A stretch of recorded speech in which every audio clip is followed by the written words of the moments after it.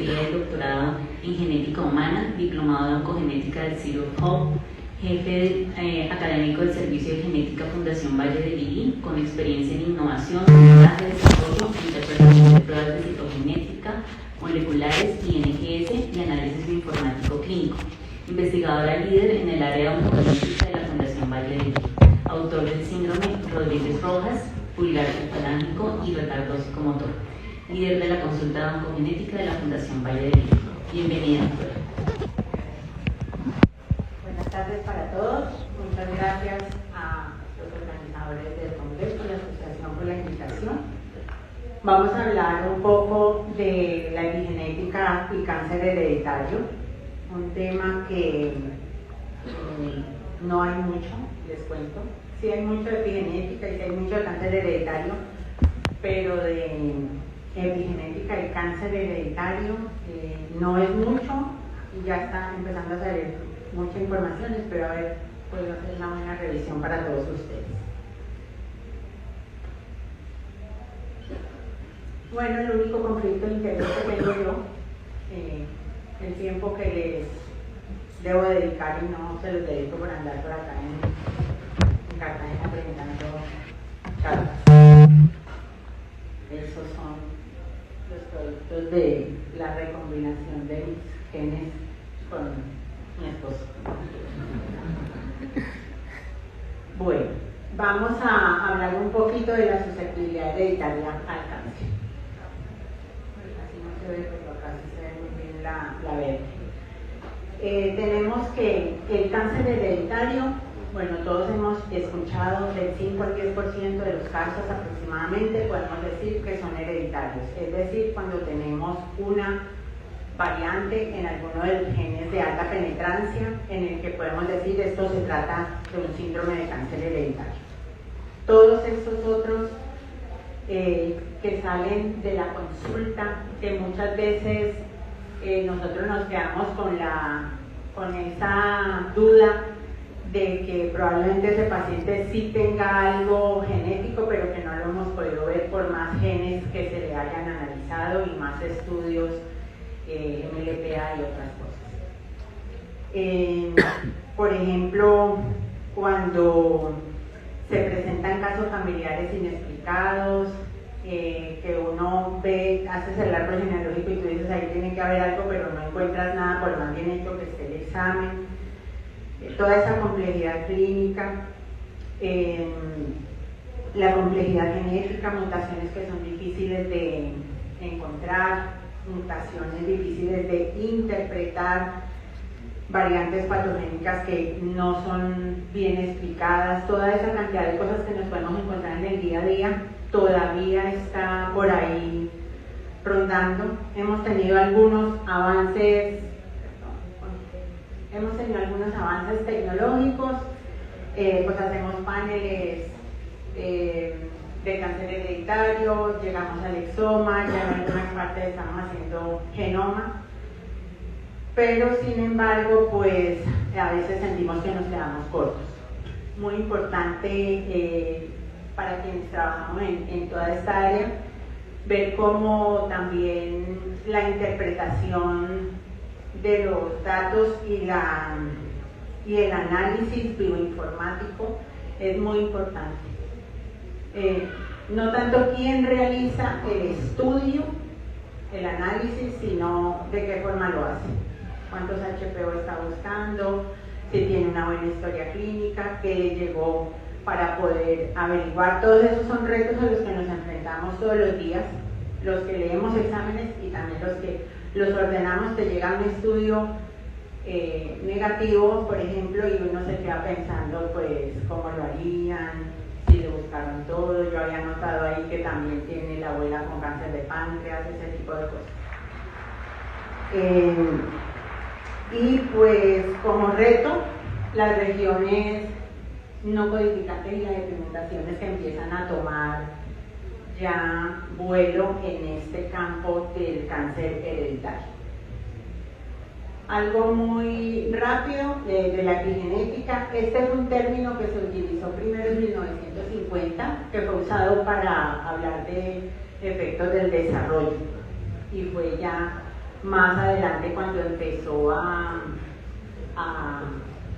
cambiar todo esto de la genética y todo lo que hemos sabido y que podemos llegar al concepto que tenemos el día de hoy.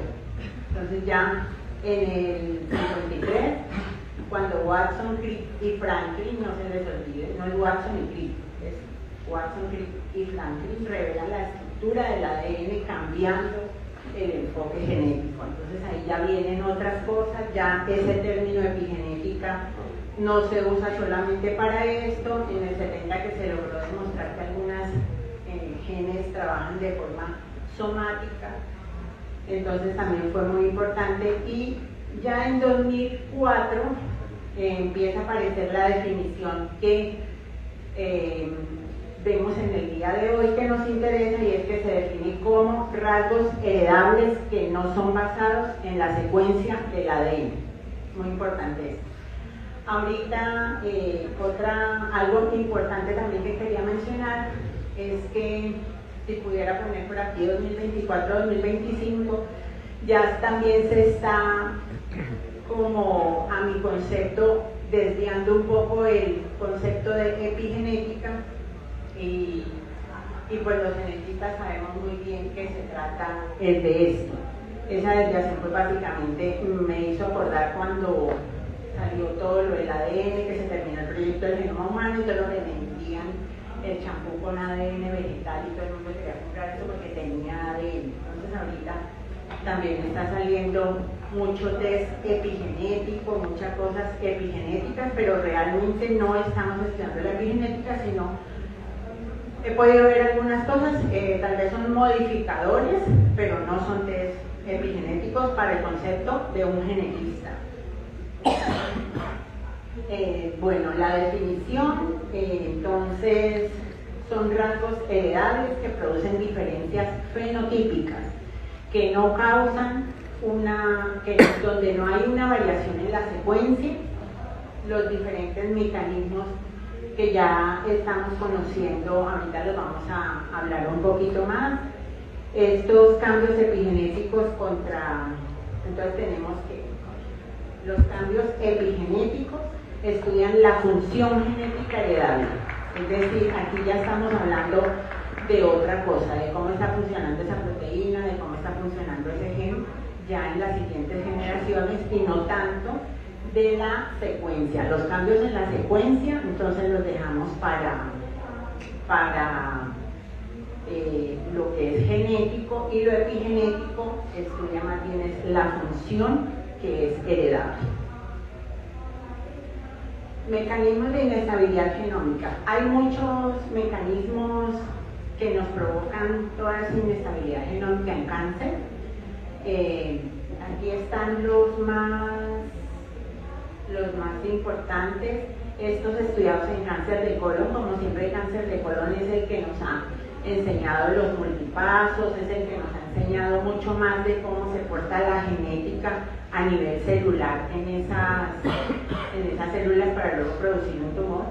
Entonces aquí tenemos una inestabilidad cromosómica que se presenta en el 80-85% de los casos de cáncer colorectal. Lo que vemos aquí son aneuploidías, pérdida de la heterocigosidad. ¿Cuáles genes son críticamente afectados con ese mecanismo? El APC. ¿Qué hace APC cuando está afectado? Pues hay una translocación de la beta-catenina a nivel nuclear, y ella hace que se desencadene todo un proceso de división celular no controlada. KRAS y PI3K también provocan ese mecanismo de inestabilidad cromosómica, y TP53, cada uno con sus funciones. TP53 pues que nos va a mostrar un ciclo celular sin control, una falta de llegar a la apoptosis. Otro mecanismo importante es la inestabilidad de microsatélites. Esto pues es considerado una hipermutación, y los genes que sobre todo se van por este mecanismo para producir enfermedad son los genes de reparación de mismatch, o los genes, los más conocidos pues MSH2, MSH6, MLH1 y PMS2. Estos genes lo que hacen es Normalmente ellos pues hacen una reparación en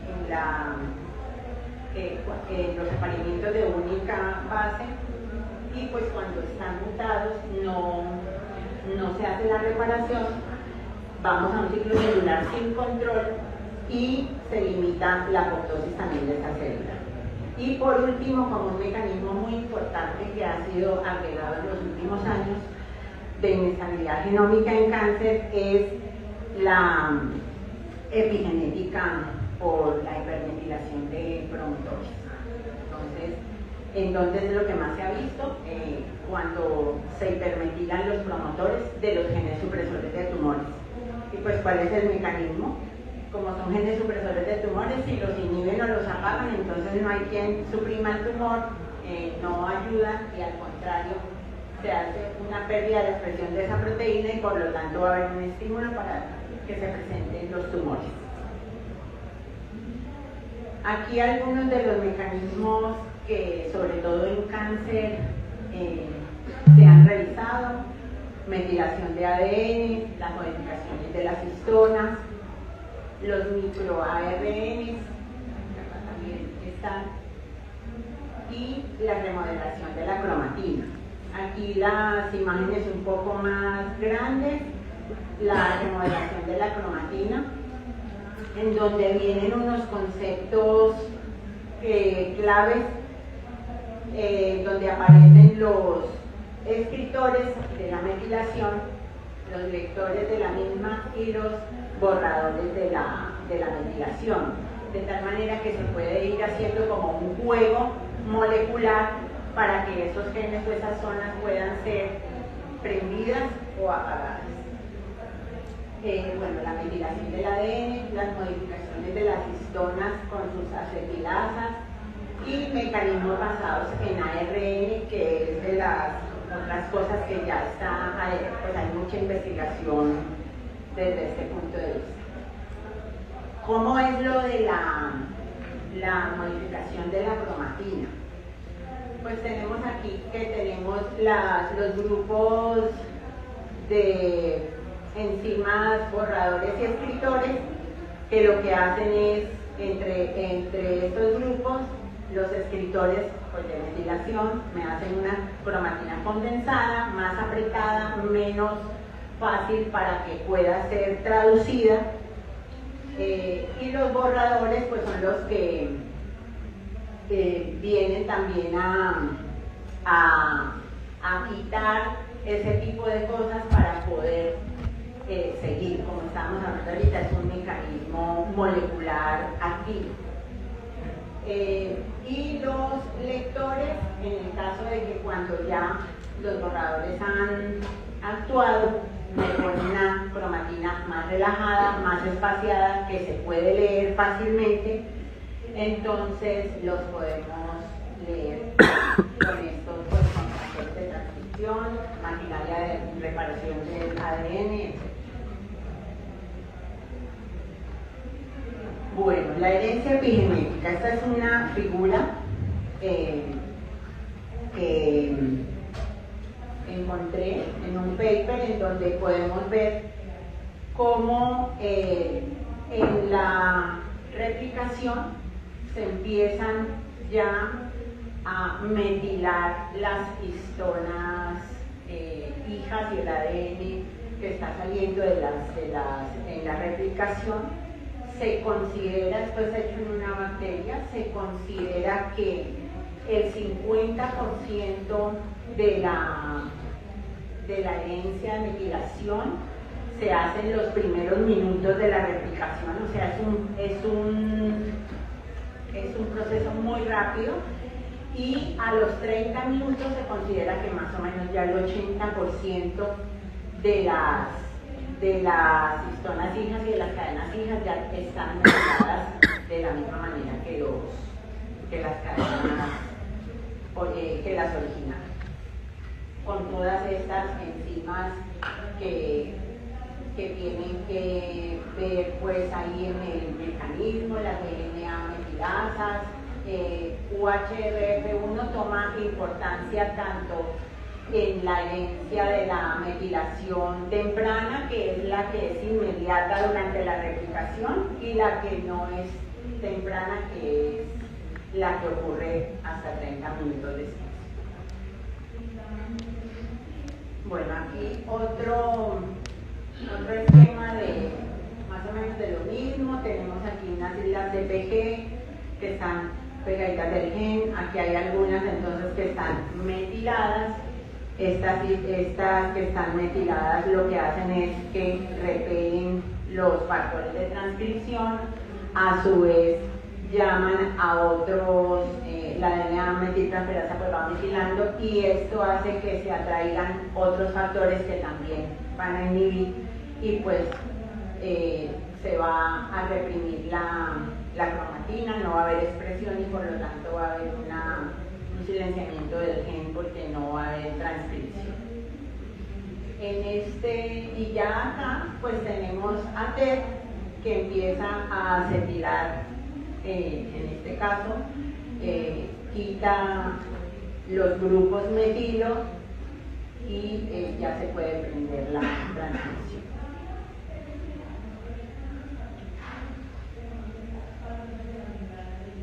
Bueno, los hallmarks of cancer, que son, esto lo han ido añadiendo, quienes nos gusta el tema pues hemos visto cómo esto lo han ido añadiendo, y en el 2022 se añadieron estos 4 de acá, en donde vemos que está la reprogramación epigenética no mutacional.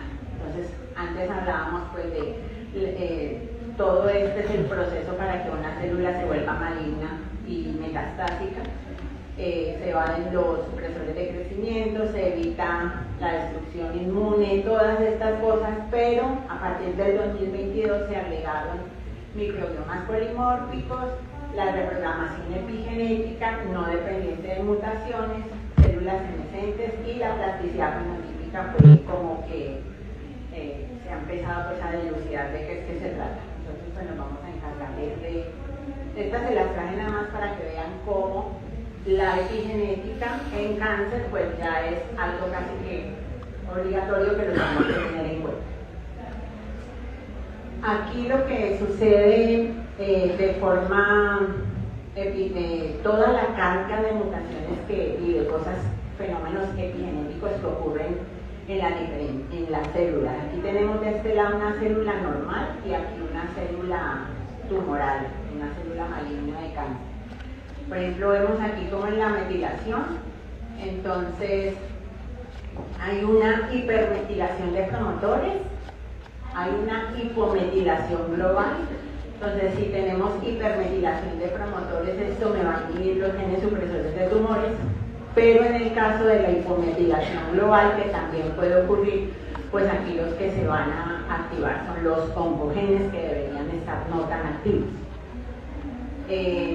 Otras modificaciones de histonas aberrantes, me puede ocurrir también, todas estas participan en ese proceso, y la expresión de microRNAs aberrantes también. Entonces vemos como hay una acumulación y una gran diferencia entre lo que es una célula normal y una célula tumoral, y con la acumulación de fenómenos epigenéticos. Aquí solamente hablamos todavía de epigenética y tenemos, se supone, la secuencia del ADN está intacta.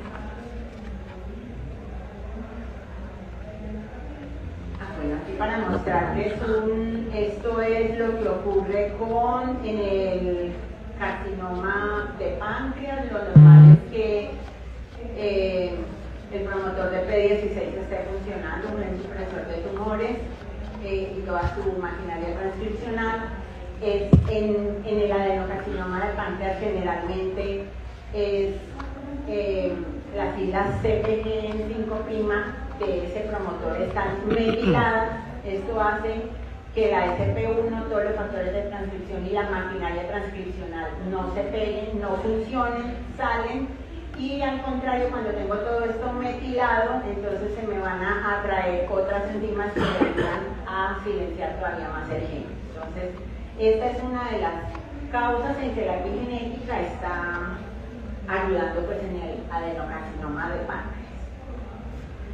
Y en el mismo tumor, adenocarcinoma de páncreas, como funcionan los microRNAs. Por ejemplo, el microRNA MIR 155, aquí está el pre, sale al citoplasma con un bucle, es tomado por Dicer, que le hace madurar, quita ese bucle y luego es tomado en este complejo RISC, donde ahí se hace apto para esperar a su contrincante.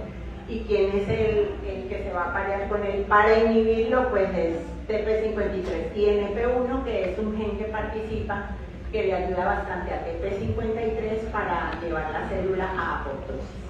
Entonces, este es uno de los mecanismos por el cual microRNAs participan en la epigenética del adenocarcinoma de páncreas. Bueno, todo esto es lo que sucede en esas células tumorales. Tenemos que hay cambios epigenéticos que se heredan.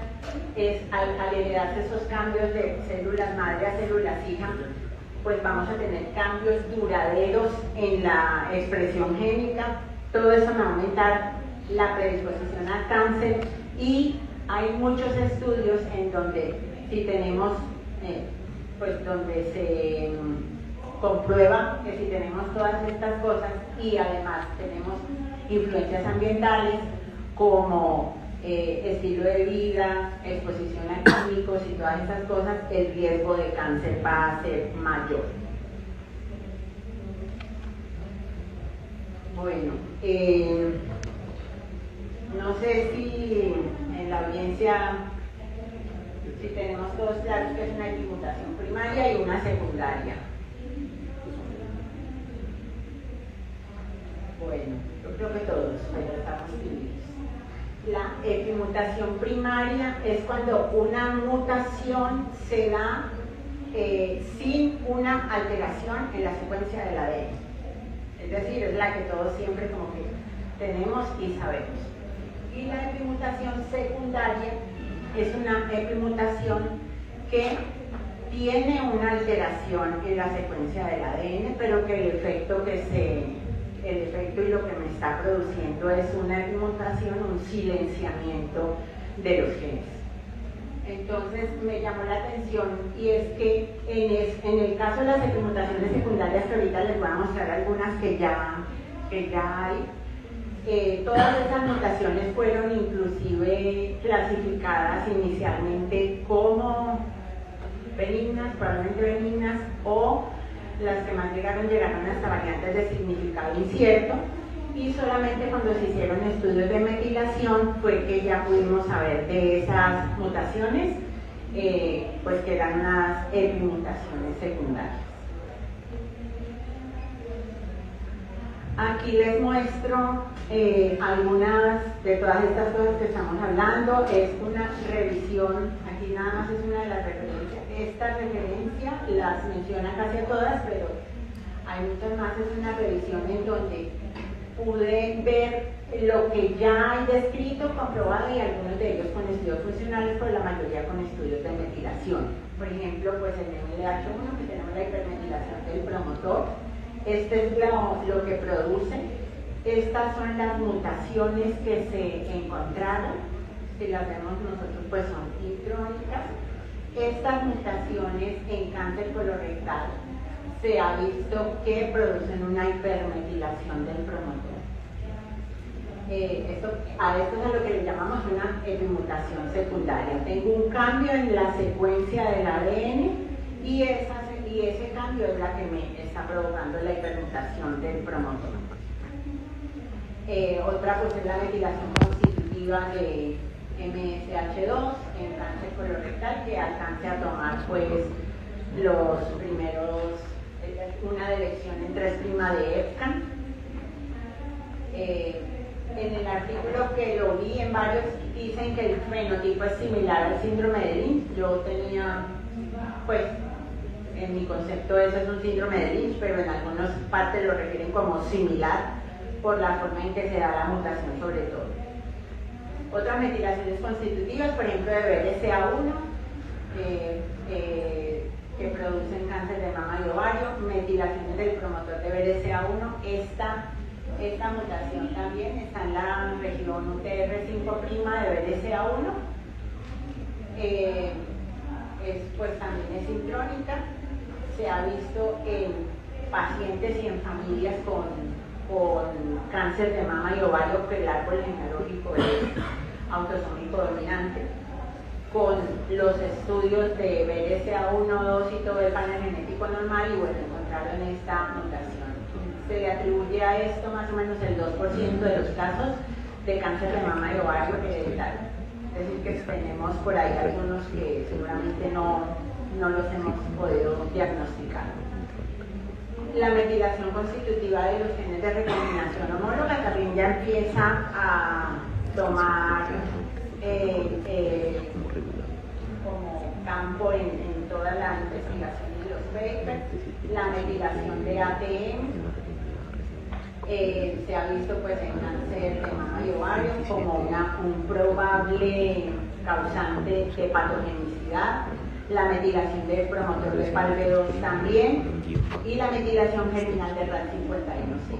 Esto se vio en una familia con 4 mujeres que tenían cáncer de ovario todas. Esta metilación germinal de RAD51C.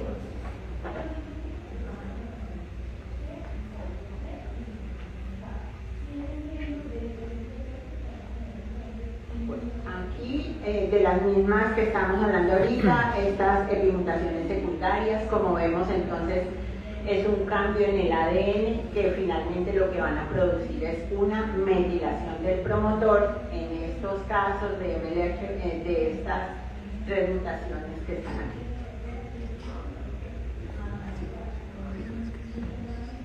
Y estas son otras mutaciones que también ya están descritas, que las busqué una a una en algunas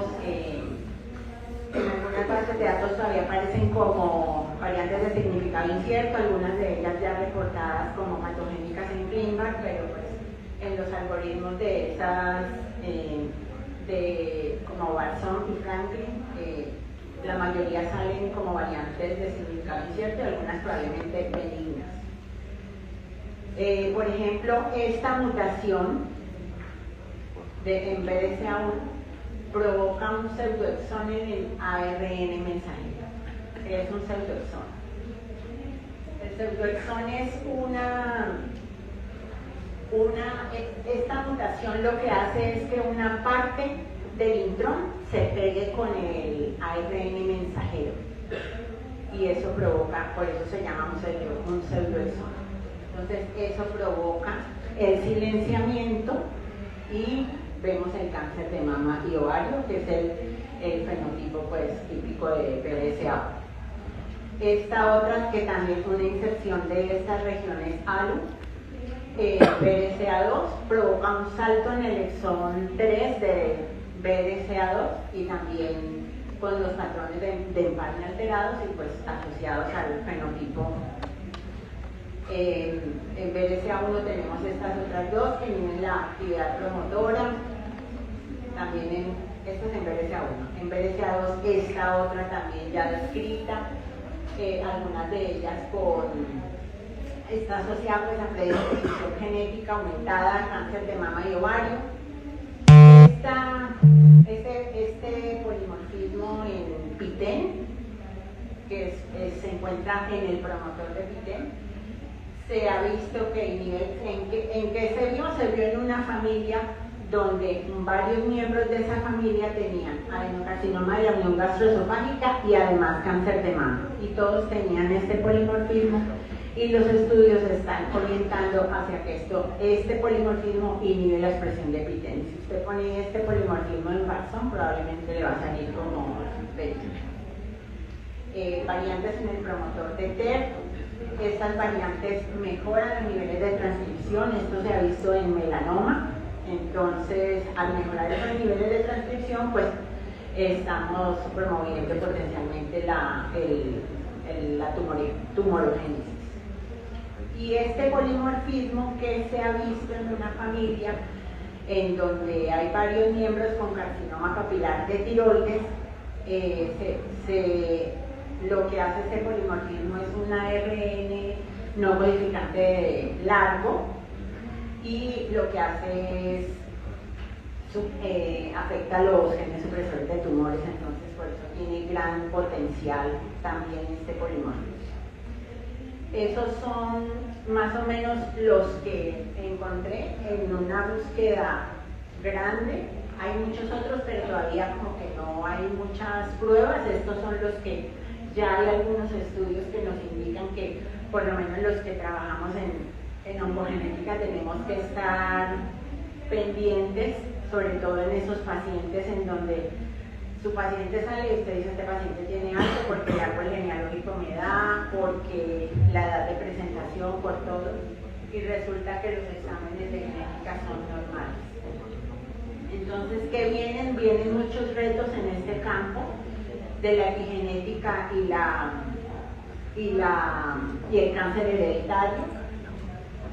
Se debe orientar la investigación en los microARNs, en los ARN circulares, en los ARN largos. También, bueno, aquí nos ilustran pues en las variantes profundas sincrónicas, en la zona 5 y 3 UTR, en el splicing, en los promotores, en el enhancer. Todo esto es un reto. O sea, ya creo que estamos nosotros superando, ya tenemos el alcance del exoma, ya tenemos el alcance del genoma, o sea que la secuencia ya la tenemos al alcance muy fácil, pero ya nos va a tocar pasar también este tipo de cosas, sobre todo en cáncer hereditario, donde podemos hacer prevención, que es lo que a mí más me gusta de lo que yo hago y a lo que me dedico. Prevención con el paciente para el futuro, para sus futuros tumores, y prevención para la familia de ese paciente. Como mencionaba la doctora hace rato, muy de acuerdo, considero que este tipo de exámenes no se le deben pedir a cualquiera, no es para todo el mundo, y no deben ir sin asesoramiento genético pre-test. El paciente debe saber para qué es el examen. Hay muchos pacientes que llegan y ellos no saben para qué es el examen, ellos piensan que es como que es el antígeno, o que ya terminé la quimio, ya me operaron, ya todo y me mandaron para acá, entonces si me sale positivo significa que el cáncer volvió, bueno, muchas cosas de esas. El paciente debe estar muy bien informado, y un paciente informado pues es lo mejor para el paciente y para uno como profesional. En mi consulta tenemos un registro del 17% de pacientes que no quieren hacerse el estudio de cáncer hereditario, de predisposición a cáncer. Hemos visto más de 12.000 pacientes, todos con cáncer o familias con cáncer, y de esos 12.000, aproximadamente el 17% dicen: no, yo no quiero saber de eso, ni siquiera por los hijos, ni por nada. El tema les da terror, también les da terror por los hijos. La mayoría se da por la prevención, que mis hijos no sufran todo lo que yo sufrí, pero hay otros que dicen: no, si yo llego a saber que tengo esta cosa, me muero ya, y entonces mejor no. Entonces, pues menciono esto para que sea la importancia del sentir del paciente. Como le digo a mis estudiantes siempre, el paciente debe llegar a la consulta y sentir un alivio cuando sale. Él va al médico es por un alivio, él no va para que le digan pues cuántos títulos tiene el doctor ni nada de esas cosas, sino quiero alivio, aunque sea salir más tranquilo, bueno, tengo una esperanza, ya me dio esto de mama, tengo alto riesgo, pero si me operan la otra mama, entonces mi riesgo va a disminuir. Cosas claras con el paciente y mucho mejor. La literatura dice que la investigación entonces de todo este tema de epigenética en cáncer hereditario debe orientarse pues a las regiones no codificantes, a variantes germinales no codificantes, intrones, los pseudoexones de los que hablamos ahorita, la tumorigénesis, la herencia epigenética normal más factores ambientales. Es herencia epigenética más factores ambientales, no es solamente el factor ambiental. Sabemos que el factor ambiental egenética o ayuda con esta parte. Y las equimutaciones y metilaciones en cáncer hereditario. ¿Cuáles son los desafíos más grandes que considero yo que tenemos quienes trabajamos en esto? Pues técnicas genómicas avanzadas. Creo que hemos avanzado muchísimo, pero como siempre descubrimos algo, avanzamos en algo y se abre una ventana mucho más grande hacia un panorama que no conocemos ni manejamos, y creo que en el caso del cáncer hereditario esto de la epigenética nos va a tocar meternos pues un poco más ahí. El análisis bioinformático, un análisis bioinformático consciente, no un análisis ni a la carrera, ni con los 2 o 3 datos que me mandaron, sino siempre dar un poco más. En la experiencia en nuestro centro hemos tenido buenos resultados porque tratamos de buscar por mucho lado, a veces no nos llega una buena historia clínica, lo cual eso es muy triste para nosotros porque es más trabajo, pero tratamos pues de buscarle a ese paciente como por muchas partes a ver si encontramos algo.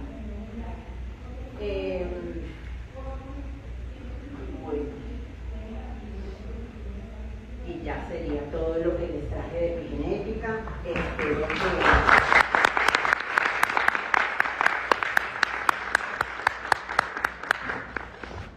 que haya gustado y que sea lo que esperaban. Muchas gracias, doctora Lisa, por la presentación. No sé si hay alguna pregunta.